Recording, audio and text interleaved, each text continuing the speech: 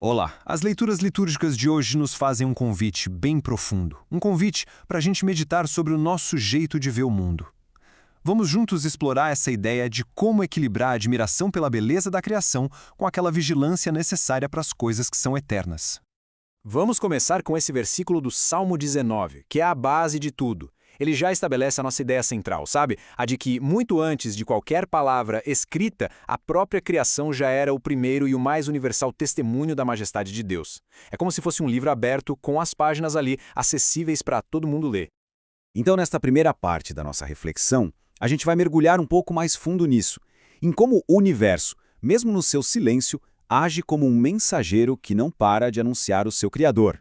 Pois bem, isso tem um nome em teologia: revelação natural. A ideia é bem simples, na verdade. É que só de olhar para as obras, para o mundo criado, a nossa razão já consegue, de alguma forma, chegar até o artista por trás de tudo. A grandeza, a beleza das criaturas, tudo isso nos dá um vislumbre, por analogia, daquele que as criou.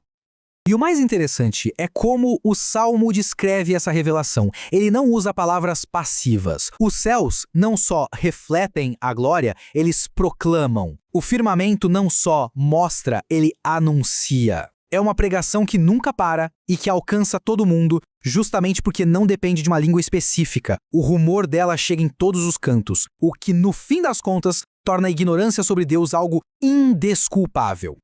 E aqui a gente chega no grande paradoxo, na pergunta que move toda a nossa meditação hoje. Se esse testemunho da criação é tão claro, tão universal, por que a gente falha tanto em perceber? As leituras de hoje vão justamente diagnosticar as causas dessa surdez espiritual. Vamos analisar agora as duas principais formas de cegueira que as leituras nos mostram. Uma, a gente pode dizer, é mais intelectual, e a outra é bem prática do dia a dia mesmo. Essa comparação ilustra a questão de forma brilhante. A primeira falha que vem lá do livro da sabedoria é a da pessoa que se deixa levar pela forma, pela beleza do mundo. Fica tão fascinada com a obra de arte que acaba confundindo a criatura com o Criador, caindo numa idolatria. Já a segunda falha, que Jesus aponta no Evangelho, é bem mais sutil. É a da pessoa que está tão mergulhada na função do mundo, na rotina de comer, beber, construir, que ela esquece completamente de quem deu todos esses dons. Vamos focar um pouco mais nessa segunda forma de cegueira. Essa idolatria do cotidiano, que talvez seja o perigo mais presente na vida de todos nós. O ponto crucial aqui é a normalidade das coisas que cegaram as pessoas antes do juízo. É chocante. Nosso Senhor não lista crimes terríveis. Ele fala das atividades mais comuns e legítimas da vida. O perigo mortal não está nos atos em si, claro, mas na absorção total, a ponto de a rotina virar o único objetivo da existência. E aqui essa tabela revela uma tragédia teológica, né? A humanidade se perde justamente ao transformar as bênçãos e os mandatos que Deus deu, lá no Gênesis, nos seus próprios ídolos. A ordem para multiplicar e para comer se torna o único horizonte da vida, e a gente esquece completamente daquele que deu tanto a ordem quanto o alimento.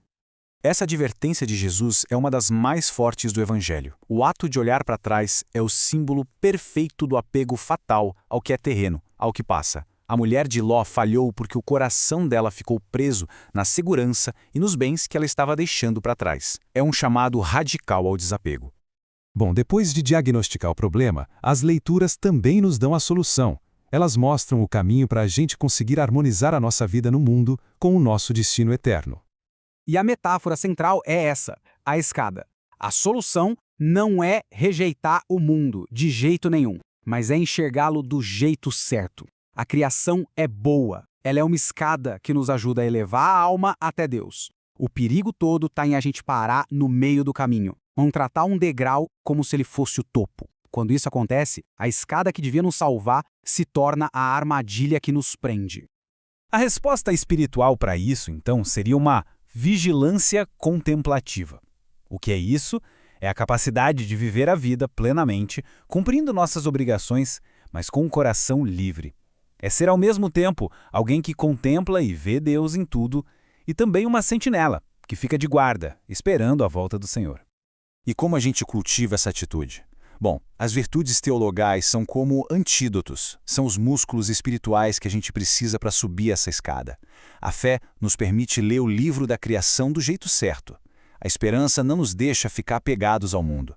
Mantém nosso olhar na meta final. E a caridade, que é a rainha de todas as virtudes, ordena todo o nosso amor, garantindo que a gente ame as criaturas como um caminho para amar o Criador. Então a gente conclui não com uma resposta, mas com uma pergunta para a reflexão de cada um. Quando olhamos para a nossa rotina, para as bênçãos do trabalho, da família, do alimento, elas estão servindo como degraus que elevam o coração a Deus? Ou será que elas viraram um fim em si mesmas, uma armadilha que aprisiona a alma nas coisas terrenas? A resposta a essa pergunta define o nosso caminho.